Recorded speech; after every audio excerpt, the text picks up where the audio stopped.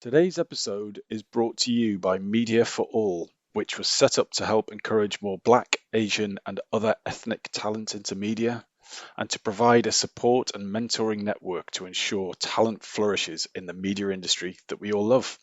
If you're looking for a mentor or would like to mentor young ethnic talent, check them out at mediaforall.org.uk, and it is all 100% free.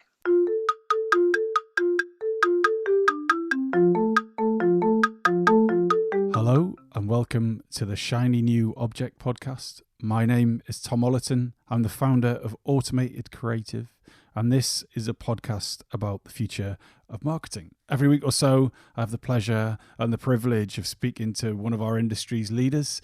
And today is no different. I'm on a call with Wesley Boas, who is head of consumer products at WW, formerly known as Weight Watchers. Wesley, anyone listening to this podcast who isn't familiar with what you do, could you just give us a bit of a history of your career so far and what you do today? Yeah, of course. Happy to. Hi, everyone.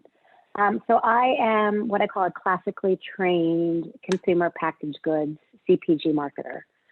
Started my career at Unilever, spent several years there working on a variety of categories. In the food division, I worked on the Knorr brand, which is Unilever's largest food brand. I worked in ice cream for several years, and yes, I ate a lot of ice cream while I worked in that category. I've worked on Vaseline lotions and petroleum jelly, and really across a variety of disciplines from, managing base businesses to innovation to strategy. I did a small stint in the booze industry. I worked at Pernod Ricard for a couple of years running their wine business, bringing consumer packaged goods capabilities to that category. Most wine in the U.S. is actually sold in grocery stores. So how do you create a CPG model within an alcohol framework? And then for the past year, I joined WW, formerly known as Weight Watchers, to run the consumer packaged goods business. And once again, bring the CPG fundamentals that I have, but have it help elevate the brand and have it be a member value add. So when members join WW, the same way we have an app, the same way we have a barcode scanner, we sell different products across different verticals to help our members with their health and wellness journey. So that is an impressive career and a really long list of very interesting and notable brands. So I'm curious to know, at the end of your career, how do you want people to remember it? So there's a quote, and I feel terrible because I don't know who actually wrote it, and I want to give that person credit. But it's around people won't remember what you did; they'll remember how you made them feel. And I'm very blessed in my career. At Unilever, I got a lot of this foundational experience. I've done the data analysis. I've done TV shoots. I always say if I don't sit at another tent with a craft food service table ever again, I will be fine. I've done packaging redesigns. I've gone, for anyone in the U.S., I've gone to Northwest Arkansas 8 times a year to meet with, Walmart buyers. And I'm lucky, and that is fantastic experience. And it really built my foundation, but as I've grown up in the industry, as I've matured, for me, it's less about the what these days, and it's more about the how. And that comes back to how can I develop organizations? How can I develop people? How can I coach them? For me, it's about helping someone learn something new, helping showcase a junior talent to leadership, having someone at the end of the day. And, this might sound a bit self-centered, but what I really want is I want my team to look at me to say, you're the best boss I ever had. And for me, it's about grooming people for roles, grooming people to take over for me. And, you always want to have people on your team who are better than you. And how do you stretch them? How do you push them? How do you give them enough rope that they can fly and teach them?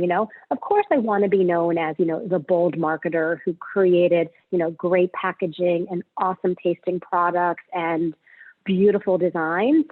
But at the end of the day, if I can plant the seeds in my team that they can sow in their future careers and they can pay it back to their teams, for me, that's what really gets me up, in the morning and really motivates me.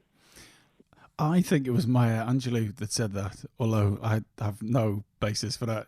But anyway, whoever said it, great point.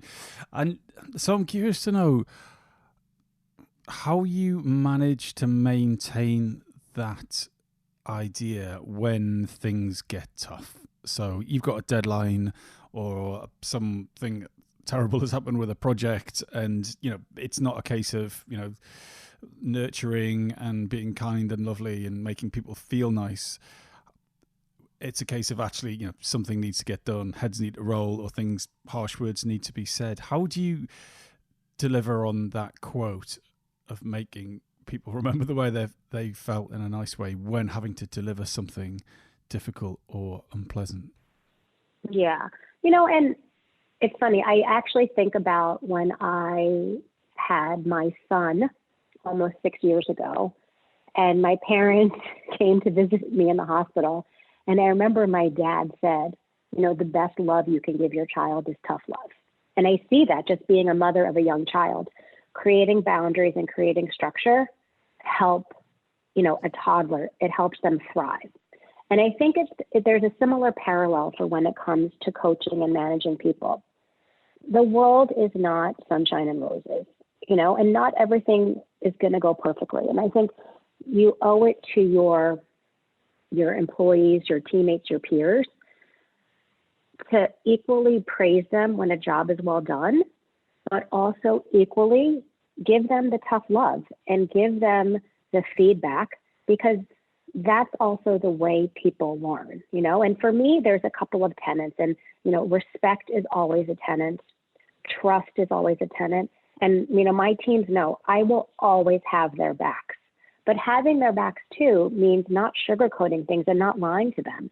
So if something, wasn't performed correctly, a deadline was missed, or something, did not, go down as planned, we both talk about it. I always have my team say, you come back with your perspective.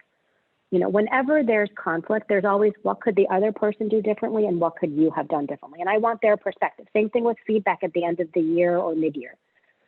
What is your point of view? What's your assessment of the situation? Going back now and rewriting history, what would you do the same? What would you do differently? And then I share my perspective too. And for me, my style is less about telling people what to do, but it's about, I know inside they have the answers, and how do I pull it out of them? And it might be I have to guide them down a little bit of a path, but I want them to be the ones to recognize. And 9 times out of 10 people realize I didn't put enough rigor into this. And then it's a bit of root cause analysis. You ask why 5 times. Why didn't you put the time into this? What else is on your plate? How could you have prioritized differently? And I always ask, what can I do to support you? So for me, it's a bit about you need to have the respect and the honesty. And when things don't go right, you have to tell people that. You need to coach and explain what are expectations, where did they perform, and then what is that gap? And then how do we together solve that gap? I had a leader once that said, you can make a mistake, but don't make the same mistake twice. And so it's a bit of learning. Everything should be a learning opportunity. And what can you do better next time? And how does this not repeat? So in the last 5 years, what has been a new belief or behavior that has changed the way that you work? So I would say a big behavior that I've adopted in the past 5 years is embracing the no. And I think that is a very hard word for companies to say. And it all comes down to prioritization. And, I'm lucky. I've worked at fantastic organizations that are growth oriented, have bias for actions, and always want to do everything. But the reality is we can't. We do not have the physical time. We do not have the mental capacity. We do not have the financial resources. And so for me, what I've really tried to embrace with myself, with my teams, and also my leaders is around prioritization. Anyone who has worked for me will know I love a good quote and I love a good analogy. So, a few phrases that if anyone's listening to this who's worked for me, they will probably giggle at this point. One of my favorite phrases is the juice worth the squeeze? You're going to get juice from any initiative, but is it going to be worth it? And is the output going to outweigh the input? Another question I always ask is, will it sell one more pack? And, I remember, anyone who works in consumer packaged goods knows that when you do packaging design, you painstakingly spend so many minutes and hours talking about the most minute element. Where should how big should an apostrophe be? What shade of purple? What verb? And this is not to say that it's not important, because it is. And I am a big believer of attention to detail, and all of those little things will add up to make a big difference. But there's that balance, And so for me, I come back to, will it sell one more pack? And I remember probably when I was in my first leadership role at Unilever, and a junior person on my team, we were deciding on it's called an SSI, a freestanding insert, which is a paper coupon that usually goes into the Sunday newspapers. And she was waffling between two different packages. And I remember, and I asked her, I said, how long have you been thinking about this? And it was hours. So I literally said to her, I said, will either of these packs sell one more? Or will you change your redemption? Will you increase your number? Will you call a risk to your plan if you do it? And if the answer is no, you pick one and you move on and you keep going. At Unilever, we had a speaker once, and it was all around crewing and rowing. And the leader would challenge his team to say, will this make the boat go faster? And if the answer is no, then you don't do it. And every company right now, it's go, go, go, do. And prioritizing is really, really hard to do. So, where do you find your litmus test on where you draw that line? So for me, it always comes back to will it sell one more pack? And then, it's probably one of my favorite phrases is, is the juice worth the squeeze? And, that for me is a great way to say, should we spend our time on activity A, or should we spend our time on activity B? What's going to make us more money? And go back to your KPIs. Will it make the company more money? Will it elevate our equity? What is your strategy? And is this activity delivering on the strategy? Is it a nice to have or a must have? And, the business reality today is we don't get to a lot of nice to haves because we're focusing on the must haves. So many of those lines I know already and use them too often myself. But one thing I'm really struggling with, and the will it make the boat go faster was actually brought up a few weeks ago in the podcast, and it's been rattling around my brain in my own work, and I've been like, right, okay, today what's going on, what's going to make the boat go faster? And I sort of look at my list and I go, everything, all of these things will make my business work better and make more money. So how do you sort that out? Because the question isn't will this make the boat go faster, it's like which will make the boat go fastest. How do you get to that point? I take on the idea that if you can't tell the difference between two things, then it doesn't matter. Just choose one and move on because you made the best call at the time. But I think there's a danger of a oversimplification here to say, will it make the boat go faster? Whereas in actual fact, what you're trying to work out is what is going to make the boat go the fastest over the required amount of time.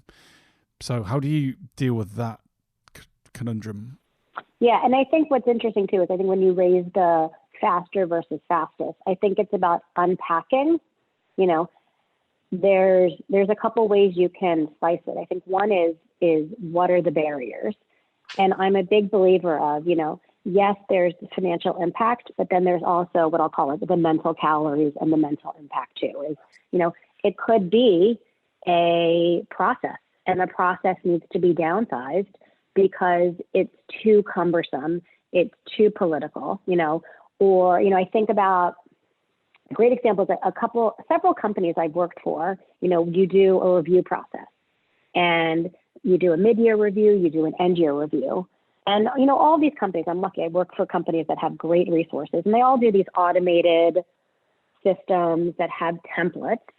And, there were a couple of years where doing a self-review would take 3 hours. And if you have a team and you have a team of 4 people and you're spending 3 hours on a review for each person, you're spending 12 hours just filling out templates. And what the company said was, you know what, the conversation, the coaching, the career development is what's important. We are going to rework these templates. We're going to make it one page. We're going to put a character limit in because, you know, the phrase, I didn't have time to write a short letter, so I wrote a long letter. Being able to put, 200 characters around a deliverable, it forces you to think, it forces you to be concise, and it forces you to focus on what are those things that matter. And what it did was it opened up the physical time constraints and the mental time constraints, and it gave people the oxygen to focus on, it was less about filling out the templates and more about what is right for this person and her or his career to develop a new organization. So some of it could be that. The other could be we need resources, and it might be we have an initiative, we have an innovation, but if we could get an incremental headcount to do this activity, or if we could get an increased financial resource to do this investment, we could accelerate it 3 months and deliver this amount of revenue for the company. So it's about looking at what are the different levers to physically go faster, mentally go faster, or financially go faster, and how do you unpack each of those? So before we move across onto your shiny new objects, what is your top marketing tip? What's that absolute zinger that you always refer and tell people the most often? So this one, and I have to give credit to a gentleman who I worked with about 9 years ago in an advertising space, and he's remained a mentor to me since then. His name is Matthew Ball. His advice was, if you aren't uncomfortable, then you aren't doing your job.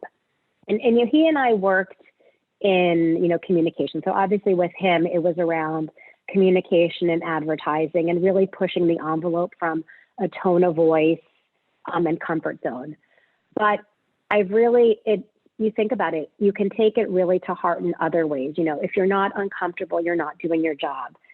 From a financial target standpoint, if you think your business can deliver 6% growth, reach for 8%. I also think about it as you progress in your career. Some of the best roles I've ever had were roles that I was really uncertain about, and they were more risky, and I was very uncomfortable. The more non-traditional roles are the ones where I've learned the most. So for me, it's a business lesson, but it's also a life lesson. It's how do you continue to evolve yourself? How do you continue to push yourself? And getting out of your comfort zone is one great way to do that.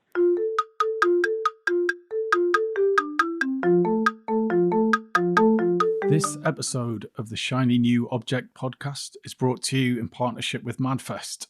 Whether it's live in London or streamed online to the global marketing community, you can always expect a distinctive and daring blend of fast-paced content, startup innovation pitches, and unconventional entertainment from MadFest events. You'll find me causing trouble on stage, recording live versions of this podcast, and sharing a beer with the nicest and most influential people in marketing. Check it out at www.madfestlondon.com.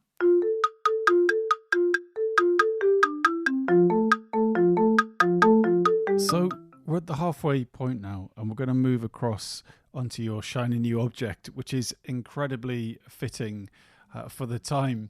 But your shiny object is the shift to online shopping. I think it's fairly obvious what that shiny new object is, but can you give the listeners of this podcast an overview of how you see it? Yeah, of course.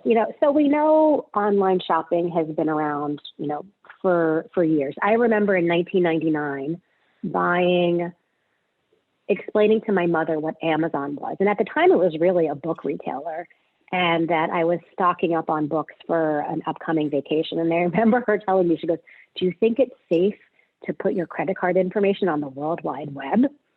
And I think about how far we've come, and how people are shifting to moving to online retailers, the role of Amazon, the role of click and collect from a grocery standpoint, Target, Walmart, Amazon, all battling out. And, it's pretty obvious to most people, but with COVID coming in March and whether people were not comfortable going to stores, whether the lines were too long, or whether stores weren't open, that inorganic push to e-commerce, and then seeing as a lot of the world has reopened up, what has stayed. And I know we don't know what steady state is, but I fundamentally believe that this pushed e-commerce into a new base foundation. And I think over, hopefully as the world comes back to a normal, who knows when, but we'll see, what behaviors stay and what behaviors revert back to old ways.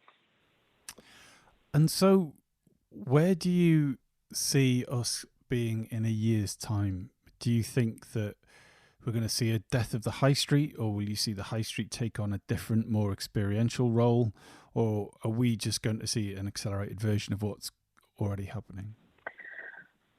I think it's going to depend upon the different channel verticals. So I think, my background is in consumer packaged goods, so I think about grocery retailers, I think about, mass stores. And then I think, from a retail perspective, the big box retailers like a Macy's, a Bloomingdale's, I think there's going to be different models. And for me, what's been fascinating is I've grown up in a world where it's mostly brick and mortar. And now, my role at WW, with, when COVID hit, WW moved all of our physical studio locations to virtual within a few days. And we saw that massive shift of product sales to e-commerce, and what's fascinating is, and, I'm lucky because now I get to work in an e-commerce first business. And, for anyone who loves data, I always say as a marketer, it's not about pretty pictures and advertising. It's about data and it's about finances. And, what a treasure trove of data you can get. And it's a totally different business model. In brick and mortar, it's about driving awareness pre-shop so that when they come in store, they see it. There's the role of in-store visibility with what do you see from 10 feet, what do you see from 5 feet, what do you see from 1 foot? And then there's the post-purchase experience, which to be honest is extremely disconnected. In e-commerce, you still have a very similar pre-shop, during shop, post-shop, but you have data enablement, which gives, someone like a WW or a retailer such a hand up because the personalization and customization you can have. And you take the similar metrics of how you grow a business. What is your household penetration? What is your buy rate or your frequency of purchasing? What is your average order value? But data to enable you. How do you use CRM and audience segmentation to whether it's attract, household penetration that hasn't purchased you or people who have bought you? How do you use that to trade up? Whether it's, if we can look at, at WW, you can look at member groups who only buy X times a year. What products are they buying? What are gateway products? What is the time frame for them to move from buying a set product to a more portfolio of products? How do you, in a way that feels member-centric, how do you drive AOV when you know what they're purchasing? And then what are those basket rings? And how can you drive, whether it's the frequency or whether it's the AOV? So for me, it is a totally fascinating world. And I think you'll even see that with grocery retailers, the role of search. What does browsing the aisle look like when you are in an e-commerce perspective, and then how do you showcase new items, so I can see, for, grocery or for mass, it being a very distinct model, but then for apparel, for home goods, I can definitely see the brick and mortars becoming way more experiential, but then it's more about touching and feeling and then ordering it online, because I think there's going to be conveniences that people see. There is nothing better than arriving home and not having to schlep 4 different bags home. But I do think there's going to be an element of people miss going to stores. They miss the browsing. They miss that entertainment value of retail. So I think it will never go away fully, but I think the models will really shift. And I also think there's the business side to it. So this is all sort of like the demand side, what shoppers and consumers will drive. I think companies from now on will be even more fiscally prudent than they ever have, vis-a-vis managing inventory. I think a lot of retailers will have that it's better to be out of stock than to have excess inventory. And .com is a great way to do that. I'm a huge Target shopper, and it's interesting. The past 2 times I've been in a Target, they haven't had what I needed. And the past 2 times I've been in a brick and mortar Target, I've literally been on my mobile on the Target app purchasing a cart. I have a physical cart with product from the store, and then I have a virtual cart as well. And, for me, I think there's something there to that 1-2 model of how do retailers maximize retail sales, but then minimize their investment.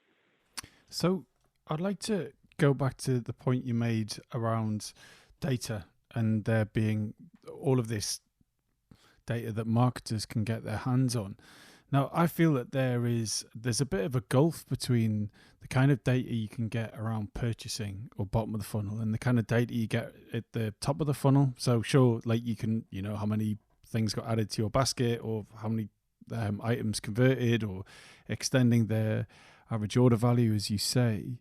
However, the data that is available to marketers at the top of the funnel, I think is very coarse. It's like click-through rate or view-through rate or number of impressions. These things, yes, it's a massive amount of data compared to someone who walks into a Target, walks up and down the aisle and picks up your product or doesn't and puts it in a basket and walks out, and you never really know quite what was going on.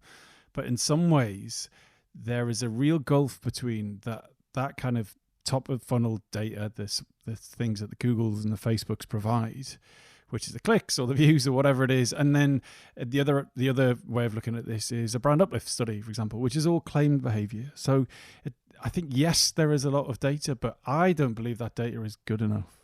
And where do you stand as a marketer when you are making big decisions based on this data that isn't necessarily telling anywhere near the whole story? Yeah, and then it's interesting because, what you highlight, though, is although there is this shift to online purchasing, that same upper funnel still exists, whether it's a brick or mortar, do an advertising campaign, mass awareness, you buy these impressions, but, how targeted can you get? And I think it's really about, different companies have different approach to this, but this is where A/B testing and really looking at your data. At WW, it's fascinating. We'll run a specific e-com deal. We'll have an email out that goes out at 8:15 in the morning, and the team is literally refreshing site visits. We're looking at traffic patterns.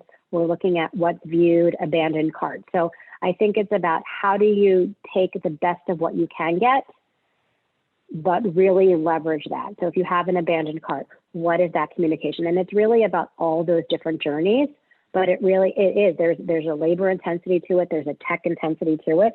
And you need to be dedicated to really driving those conversions.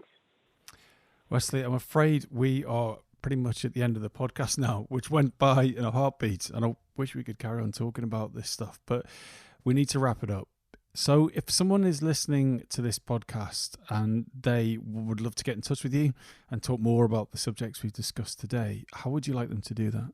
Sure. Why don't you email me at Wesley, Wesley, .boas, BOAS, at www.com. Wesley, thank you so much for your time. Thanks, Tom, for having me.